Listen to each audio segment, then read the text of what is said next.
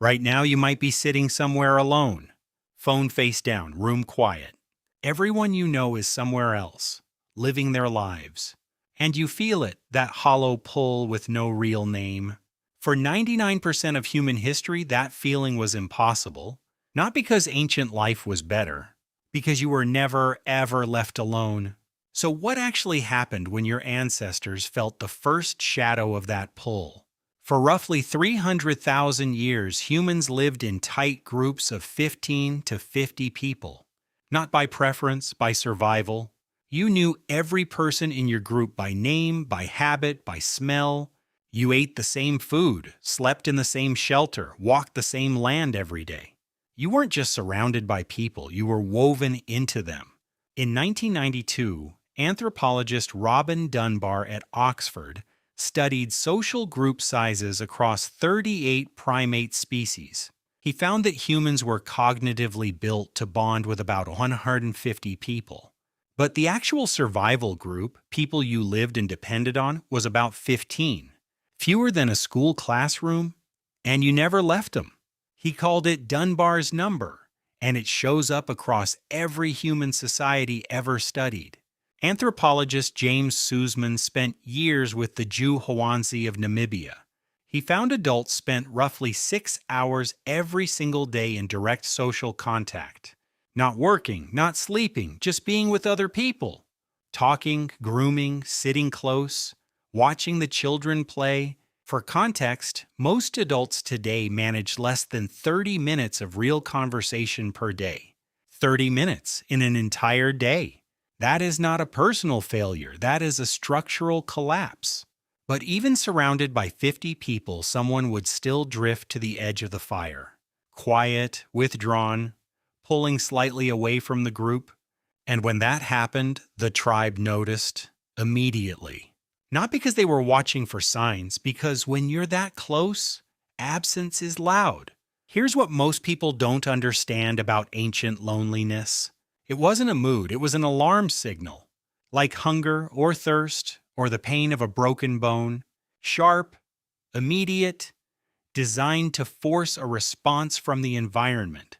In 2008, neuroscientist John Cacioppo at the University of Chicago discovered something nobody expected. Loneliness activates the same regions of the brain as physical pain. Not similar regions, the exact same regions. Your brain cannot tell the difference between a broken arm and a broken connection. That is not a metaphor. That is neuroscience. For ancient humans, that pain had a cure always within arm's reach. Someone noticed you were quiet. They moved closer. They touched your shoulder, sat beside you, handed you food. The tribe was the medicine, and the medicine was always nearby. The pain was never allowed to become chronic, because it was never ignored. But how exactly did the tribe respond? Let's start with the most basic thing. Touch, social grooming, sitting close, touching arms, running hands through each other's hair. It sounds strange by modern standards. It wasn't strange, it was essential. Dunbar's research found that physical touch triggers oxytocin within seconds of contact. The bonding hormone, the one your body releases when it feels genuinely safe. Not after minutes, seconds. Ancient humans were in near constant physical contact throughout the day. Not as romance, as regulation, as maintenance of the bonds that kept everyone alive. And loneliness had a resolution time measured in hours, not months. Then there was the fire. Every evening, the entire group gathered in the same circle. No one sat at the edges alone. The fire made dispersal impossible. You couldn't go home. There was no home to retreat to. The fire forced togetherness, and togetherness made sustained isolation structurally impossible. In 2014, anthropologist Polly Wiesner recorded hundreds of hours of Ju-Hwanzi conversations. During the day, roughly 80% were practical, food, tools, logistics. But at night around the fire, 81% shifted to something else entirely. Stories, myths, jokes that made the whole group laugh at once. Tales of ancestors who did impossible things, memories of people who had died. Wiesner called this the birthplace of human culture. The fire was where humans became human. And no one sat outside that circle, not alone. But the deepest tool the tribe had, the one nobody ever talks about, was roles. Every person had one, a real one, not a job title, a function that other people depended on to stay alive. You were the one who tracked animals across 3 days of broken branches, or the one who remembered which plants healed fevers and which ones killed, or the one who held the group's entire history alive in memory and story. You weren't replaceable, and everyone in the group knew it. Your absence was felt. Your presence was needed.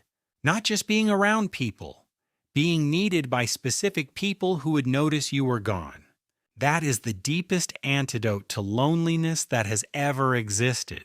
But there's another layer to this, and it might be the strangest part of all. Ancient languages had no word for chronic loneliness. They had words for alone, but those words meant one thing only: in danger. Not a mood, not a feeling, a physical emergency. Anthropologist Colin Turnbull lived with the Mbuti of the Congo rainforest for years. He documented something that stopped him completely. The Mbuti had no concept of wanting to be alone, not because they lacked depth or inner life, but because choosing isolation was, to them, like choosing to be thirsty, a thing that made no sense. So it had no word. And here's where the science catches up to that instinct. Cacioppo's team found that chronic loneliness physically damages the body. It raises cortisol, suppresses the immune system, accelerates cellular aging. In 2015, researchers at Brigham Young University analyzed 148 studies on social isolation. They found chronic loneliness increases early mortality risk by 29%.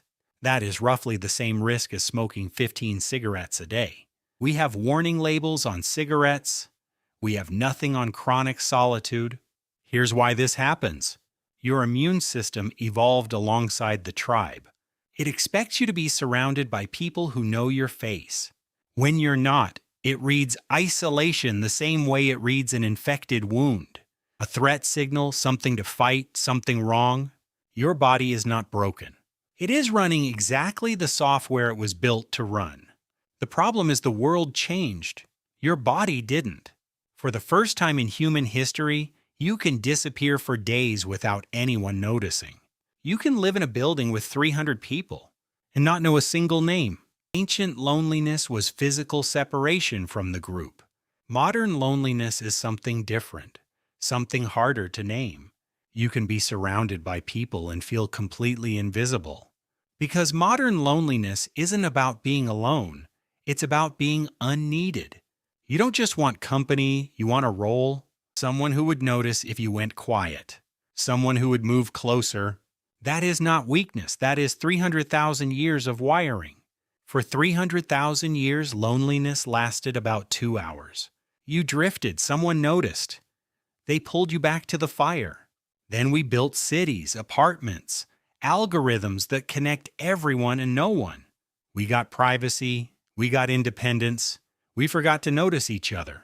Your loneliness is not a character flaw. It is your body sending the only signal it knows how to send.